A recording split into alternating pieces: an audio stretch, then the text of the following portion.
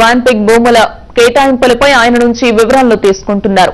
YS హయాంలో revenue మంత్రిగా పనిచేసిన ధర్మాలను అప్పట్లో సీసీఎల్ఏగా పనిచేసిన అధికారిని ఒకే దగ్గర కూర్చోబెట్టి సీబీఐ అధికారులు అనుమానాలు నివృత్తి చేసుకుంటున్నారు.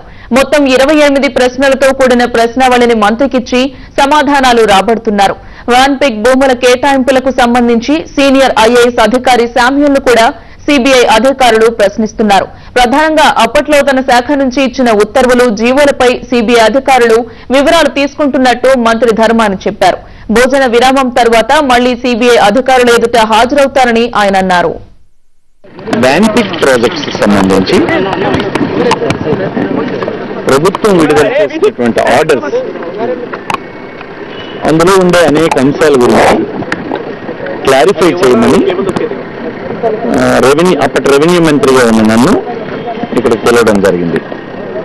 ఈ సందర్భంగా అనేకమైన క్వశ్చనీర్ తయారు చేసి ఆ క్వశ్చనీర్ని నాకు అందించడం జరిగింది.